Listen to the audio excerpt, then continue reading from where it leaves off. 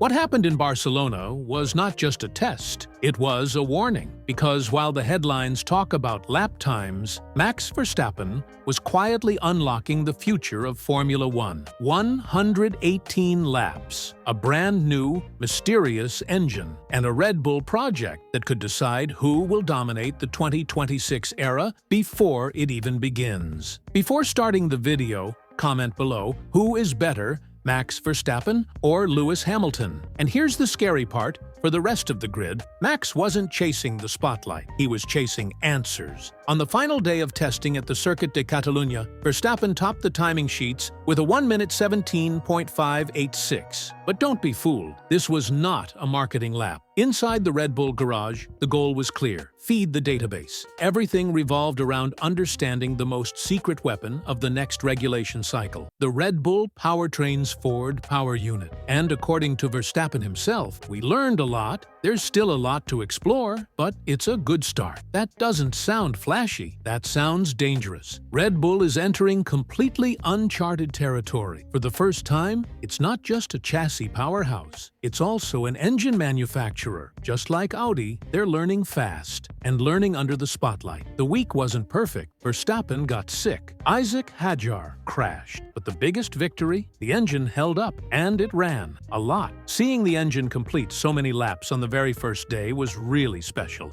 Max admitted, that's not emotion, that's relief. Because in modern Formula One, without mileage, there is no truth. And before we go any deeper, if you're enjoying this kind of insider F1 coverage you don't see anywhere else, leave a like on the video. That tells the algorithm you want the real stories, not just lap time charts. Now, this is where politics come into play. Next week, the FIA will step into a gray area of the regulations that could shake up the entire 2026 grid. A second technical meeting has been scheduled to discuss how compression ratio is measured. And yes, this matters far more than it seems. Right now, engines are checked cold and in a static condition. But in 2026, compression drops from 18:1 to 16:1. And suddenly, the way it's measured becomes just as important as the number itself. Sound familiar? It should. This feels a lot like last season's flexible wing controversy. According to the race, the FIA now wants a clear method to verify compression with the engine at operating temperature, not in an unrealistic laboratory condition.